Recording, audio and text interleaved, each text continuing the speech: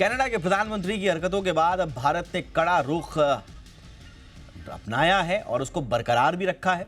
संसद भवन में गृह मंत्री अमित शाह और विदेश मंत्री एस जयशंकर के बीच कनाडा के मुद्दे पर अहम बैठक भी हुई। वहीं भारत ने कई ऐसे कूटनीतिक कदम उठाए हैं जो कनाडा की परेशानी बढ़ा रहे हैं।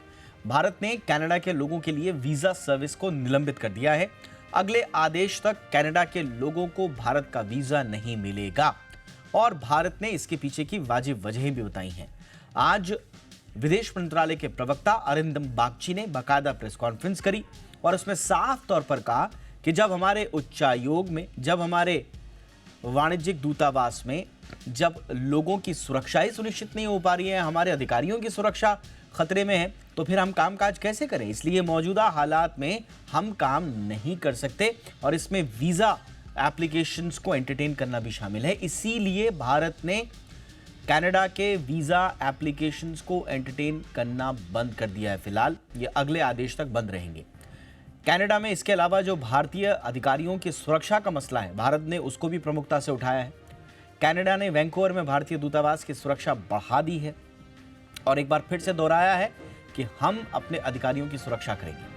कनाडा में रह रहे 6 मोस्ट वांटेड आतंकियों की लिस्ट भी जारी कर दी है। हम आपको बताएंगे कि ये कौन कौन से आतंकी हैं और कितने कितने इन पर इनाम घोषित हैं। विदेश मंत्रालय ने जो बयान जारी किया, आज अरिंदम बागची ने प्रेस कॉन्फ्रेंस करके जो बयान जारी किया, उसमें साफ कहा कि कनाडा आज कुछ नहीं बल्कि आतंकियों और अपराधियों की पनाहगाह बन गया है। कनाडा के पीएम जस्टिन ट्रूडो के बयान को विदेश मंत्रालय ने पूरी तरह से राजनीतिक से प्रेरित बताया। भारत ने अपना रुख साफ कर दिया और कनाडा को सीधे शब्दों में समझा दिया कि बिना सबूतों के कोई भी आरोप लगाने से पहले आप कम से कम 100 बार सोचें। दोनों देशों के रिश्तों में बढ़ते तनाव के बीच ही कनाडा में भारत के एक मोस्ट वांटेड गैंगस्टर की हत्या भी हो गई। गैंगस्टर सुखदुल सिंह गिल उर्फ सुखा की हत्या कैसे कनाडा के लिए सिरदर्द बन गई है, अब ये भी देखना पूरी दुनिया देख रही है। और भारत और कनाडा के रिश्तों में गर्माहट के बाद दोनों देशों के से हो रहे अचानक से जो तनाव आया है, अभी ऐसा लग रहा था क्योंकि 25% हमारा जो व्यापार है वो बढ़ गया था और अब जो रिश्तों में तनाव आया है उसके बाद दोनों देशों का जो कारोबार हो रहा है उस पर बड़ा असर पड़ेगा और इससे कई लोग चिंतित भी हैं स्वाभाविक रूप से। लेकिन किस किस तरह का कारोबार है और किस तरह का असर उस पर पड़ सकता है, जरा इसकी एक बानगी देखिए। आज ही खबर आई कि कनाडा में महिंद्रा एंड महिंद्रा की subsidiary company ration aerospace corporation ने अपना संचालन आज से बंद कर दिया है। महिंद्रा के पास इस कंपनी में 11.18% की हिस्सेदारी है। भारत में कनाडा का जो पेंशन फंड है उसके निवेश के भी चर्चे हो रहे हैं कि साहब वहाँ का जो पेंशन फंड है उसका तो भारत में काफ़ी निवेश है, तो यहाँ पर उसका क्या असर होगा, तो थोड़ा सा इसको भी समझिए। भारत में कनाडा का जो पेंशन फंड है उसका निवेश करीब 1.75 लाख करोड़ का है। अगर आप इंपोर्ट एक्सपोर्ट की अगर बात करें तो इसमें तो देखिए दोनों के बीच में इसीलिए ट्रेड डील भी चल रही थी, FTA की बात भी चल रही थी जो होल्ड पर चली गई है फिलहाल। लेकिन ये भी आप ध्यान रखिए कि इस दोनों के बीच में एक्सपोर्ट इंपोर्ट लगभग बराबर है। इस फाइनेंशियल ईयर में अगर हम बात करें तो भारत का कनाडा को 34,145 करोड़ का एक्सपोर्ट हुआ, जबकि कनाडा ने जो एक्सपोर्ट किया भारत को, यानी कि भारत ने जो इंपोर्ट किया कनाडा से, वो 33,700 करोड़ का है। तो 34,000 करोड़ 33,000 करोड़, कोई खास फर्क नहीं है।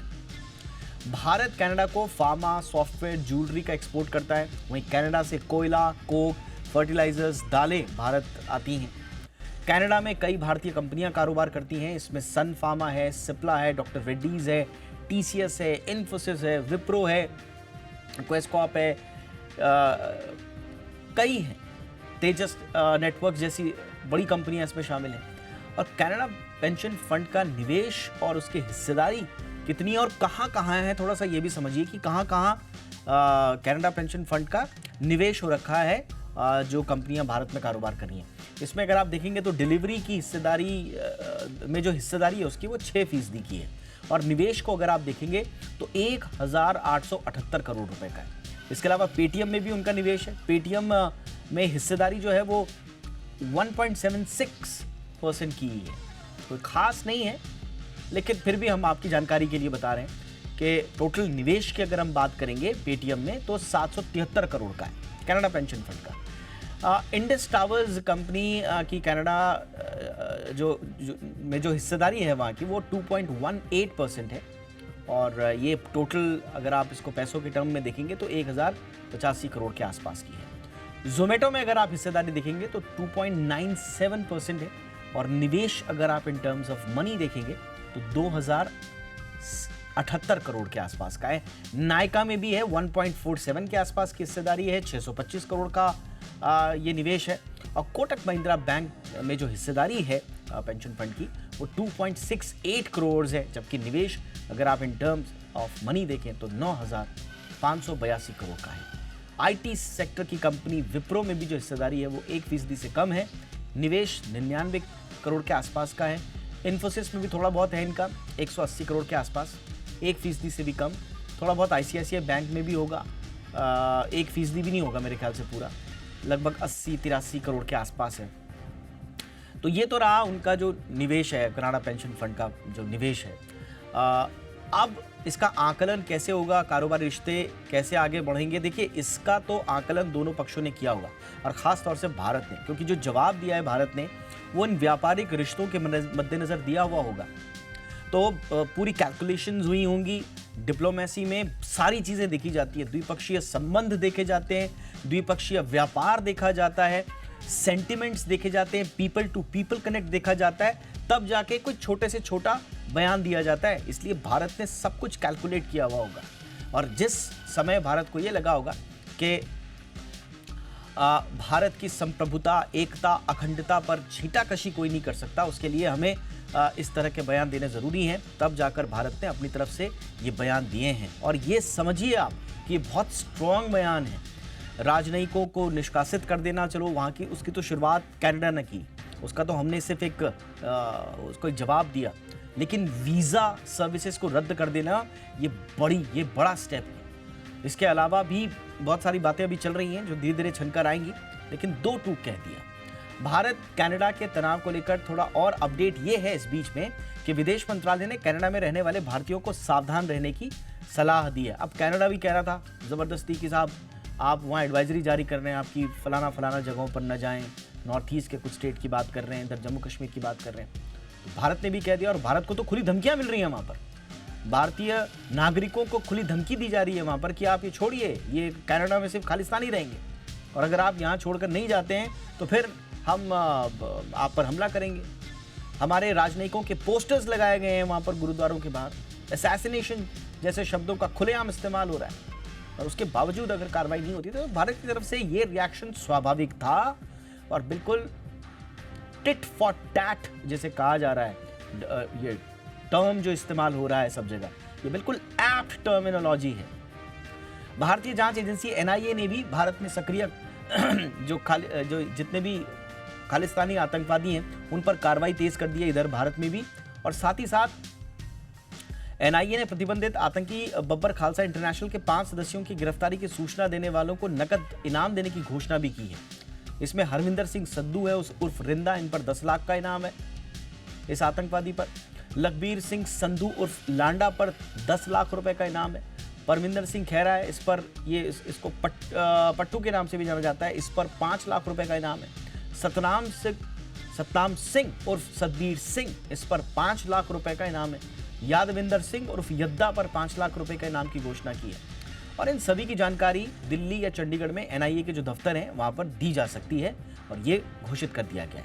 खालिस्तान के मुद्दे पर अगर आप अंतर्राष्ट्रीय मंच पर स्थिति देखेंगे कनाडा की इस वक्त, तो बहुत ज्यादा सहज स्थिति में कनाडा नजर नहीं आ रहा।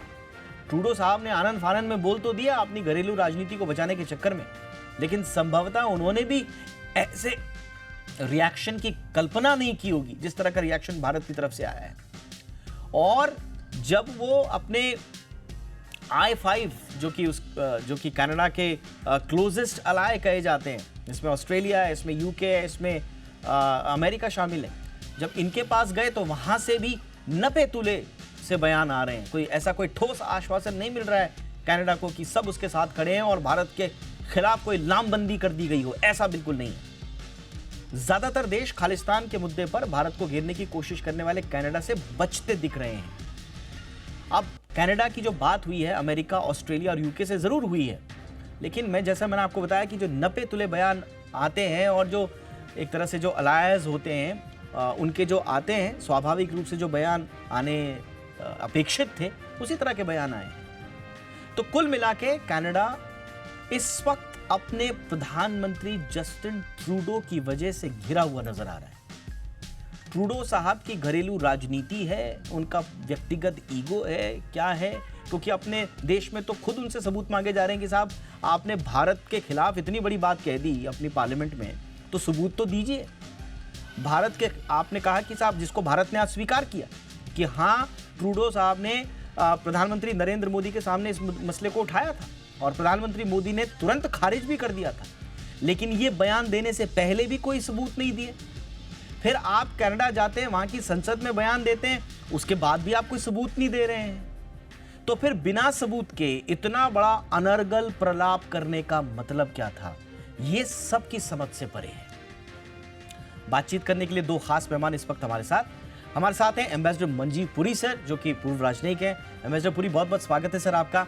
हमारे साथ हैं एम्बेसडर अनिल त्रिगुणायत सर, पूर्व राजनयिक हैं। एम्बेसडर त्रिगुणायत, आपका भी बहुत बहुत स्वागत है सर। काफ़ी दिनों बाद एम्बेसडर त्रिगुणायत हमारे साथ जुड़े हैं, तो एक बार फिर से स्वागत है आपका सर।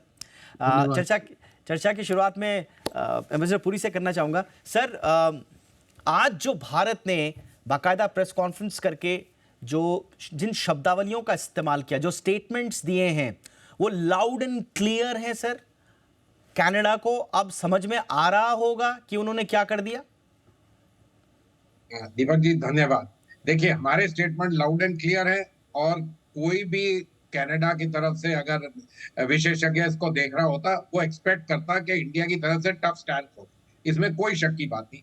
हम उनसे सालों से, बहुत समय से कह रहे हैं कि भाई ये खालिस्तानी आतंकवादियों को आप कंट्रोल में करिए, इनके पब्लिक डेमोन्स्ट्रेशन वगैरह को ठीक करिए, और ये जो इल्जाम वगैरह इसको छोड़िए।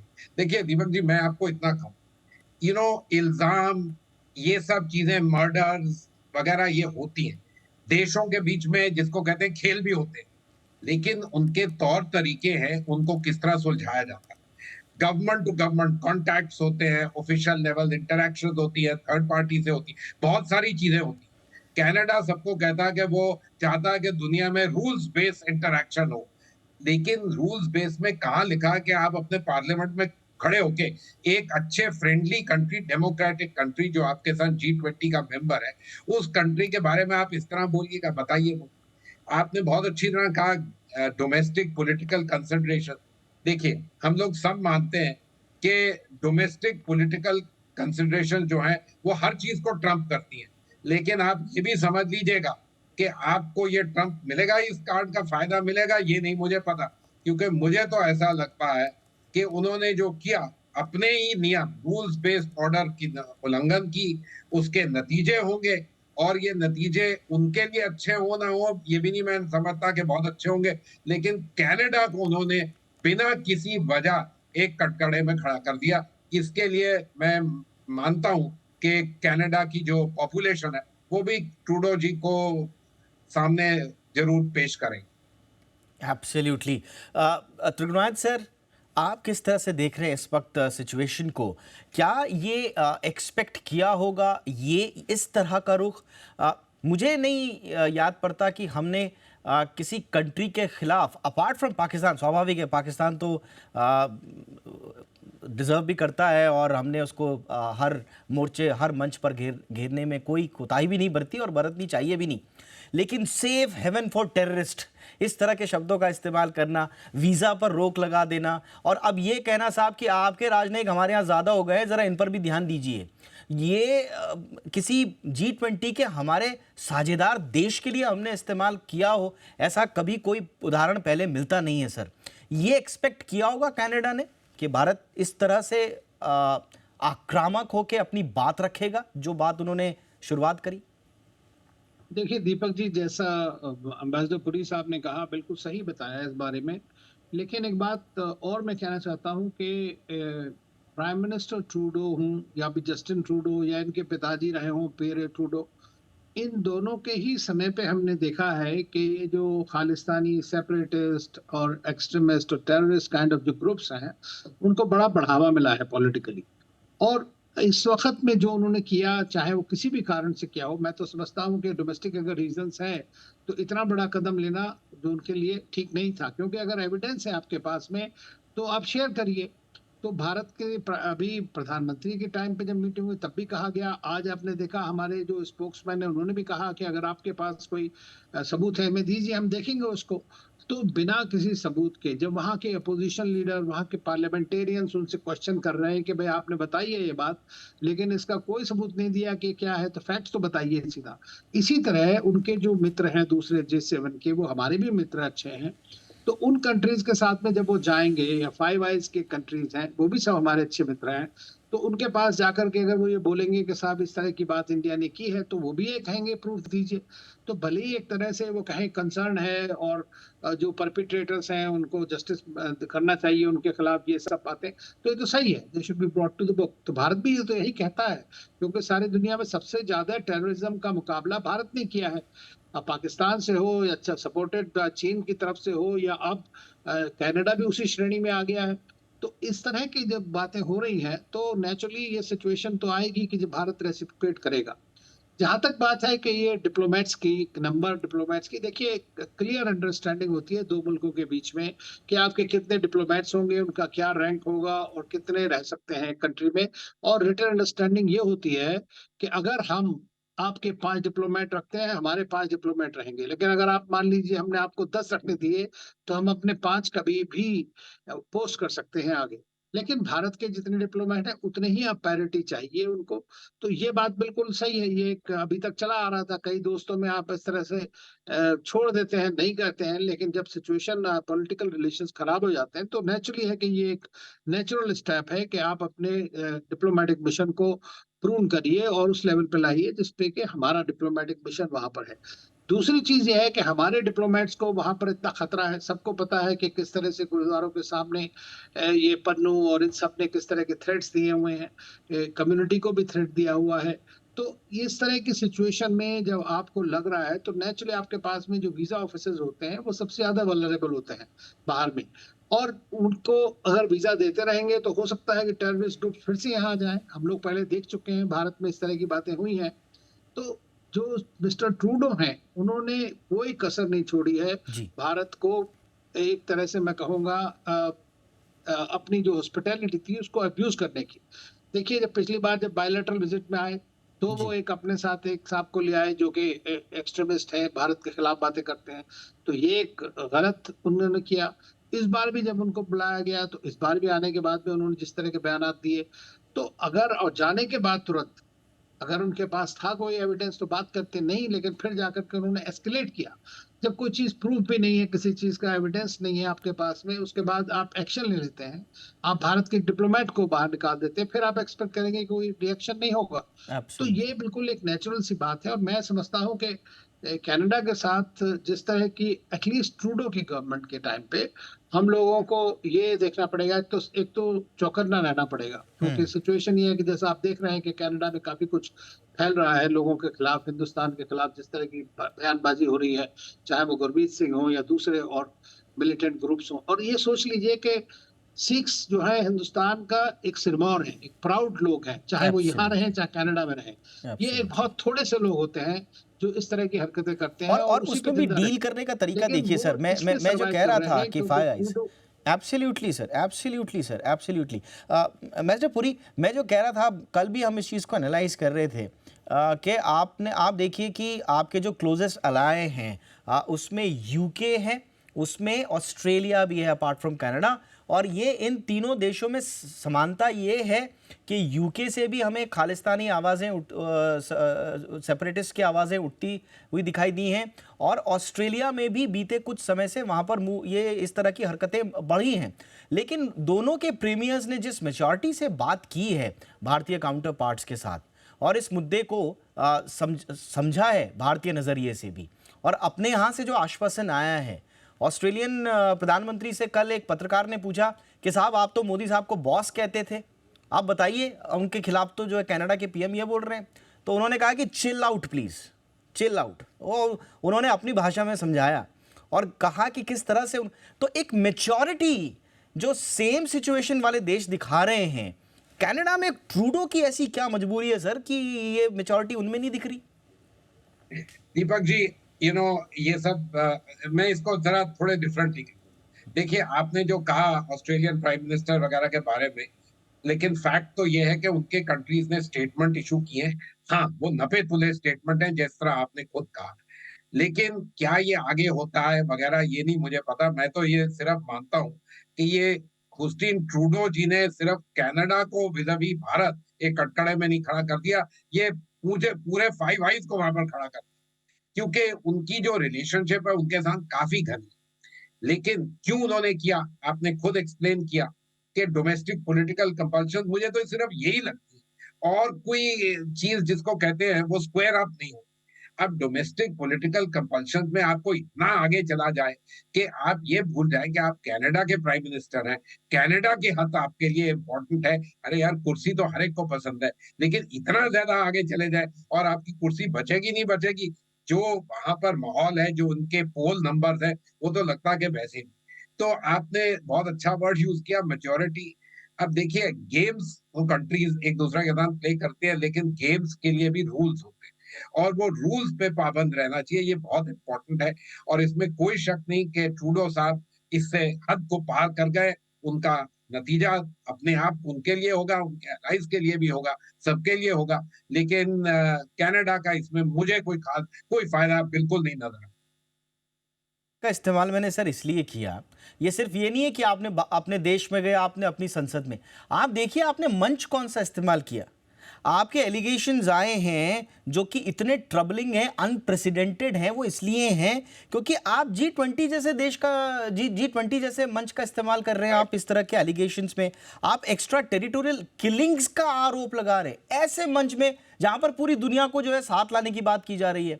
तो ये उनकी टीम, उनको कौन सलाहकार बैठे हुए हैं वहां, उनको समझ में नहीं आ रहा है। ये इसलिए इमेच्योरिटी है, ये राजनयिक लेवल पे भी उनकी मैच्योरिटी है। एक तरफ दुनिया भारतीय राजनयिकों की, डिप्लोमेट्स की भूरी भूरी प्रशंसा कर रही है कि दुनिया जब चारों तरफ बंटी हुई है, दुनिया को एक मंच पर भारत ले आया, और आप जो है इस तरह के अनर्गल बातें कर रहे हैं। अभी ये पता चल रहा है, मैं पर्सनल कोई टिप्पणी नहीं करना चाहता था, लेकिन मैं जो मीडिया में पढ़ रहा हूं रिपोर्ट्स, पता चला है कि उनकी टीम ने जो है उनके लिए प्रेसिडेंशियल स्वीट एक रखा था, उसमें भी वो आनाकानी कर रहे थे कि साहब हम इस पे नहीं रहेंगे।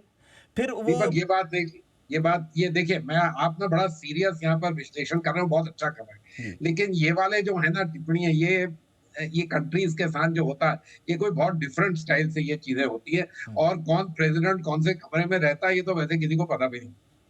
सॉरी टू इंटरप्ट यू, लेकिन ठीक है सर, इसको छोड़ देते हैं। देखिए मैं भी कह रहा हूं, देखिए अच्छा विश्लेषण इसको किया अभी तक। एब्सोल्युटली इसको छोड़ देते हैं। मैं नहीं जा रहा हूं कि वो प्लेन का मसला उन्होंने रिफ्यूज कर दिया, वो ठीक है, मैं उस पे नहीं जा रहा हूं। बट चीजें सर इसलिए लोग कनेक्ट करते हैं क्योंकि आपने इतने बड़े मंच पर एक इमेच्योर फैसले लिए और इमेच्योरिटी दिखाई, तो लोग कनेक्ट करते हैं। खैर, आपने बिल्कुल सही कहा, इसको छोड़ के आगे बढ़ते हैं। त्रिगुणायत सर, अब आगे क्या सर?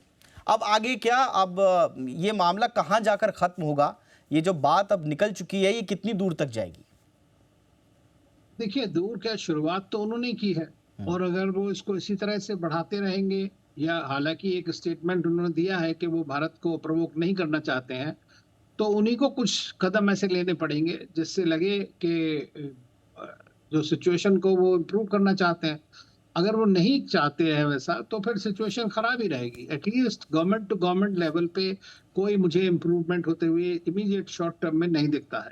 और उनको भी, चूंकि अगले साल उनके भी इलेक्शन होने वाले हैं, उनके यहाँ पे भी ये समस्याएं हैं, उनकी अपनी रेटिंग्स बहुत लो हैं, उनके जीतने के चांसेस कम होते जा रहे हैं। तो उनका जो कोर कॉन्स्टिट्यूएंसी जिसको वो समझते हैं, वो वहां पर यही ग्रुप्स हैं सारे के, चाहे वो गुरमीत सिंह वाली न्यू डेमोक्रेटिक पार्टी हो, या दूसरे और जैसे ग्रुप्स हैं, सिख ग्रुप्स हैं, एक्सट्रीमिस्ट ग्रुप्स हैं, वो सब उनको सपोर्ट करें, तो वो उसके लिए एश्योर्ड है कि ये हमारा वोट बैंक है। तो अगर वो उस निगाह से देखेंगे, तो रिलेशनशिप इंप्रूव होने के चांसेस बहुत कम है। अब आपने देख ही लिया कि जो हमारा फ्री ट्रेड एग्रीमेंट के बारे में डिस्कशन था, वो रुक गया है।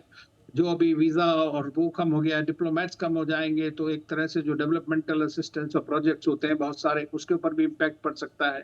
इंडिया से स्टूडेंट्स जाने कम हो जा सकते हैं, क्योंकि वो भी इसी बात का मुख उठाएंगे। तो ये सब कंसर्न्स हैं, लेकिन जब तक देश की जो सॉवरेनिटी है, हमारी टेरिटोरियल इंटीग्रिटी है, हमारे खिलाफ जिस तरह की सेसेशनिस्ट एक्टिविटीज वहां से होती हैं, वो तो किसी भी तरह से हम कॉम्प्रोमाइज नहीं कर सकते।